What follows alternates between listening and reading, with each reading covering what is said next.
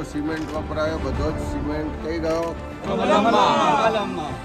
Commission વાળી સરકારનો જીવતો જાગતો પુરાવો છે.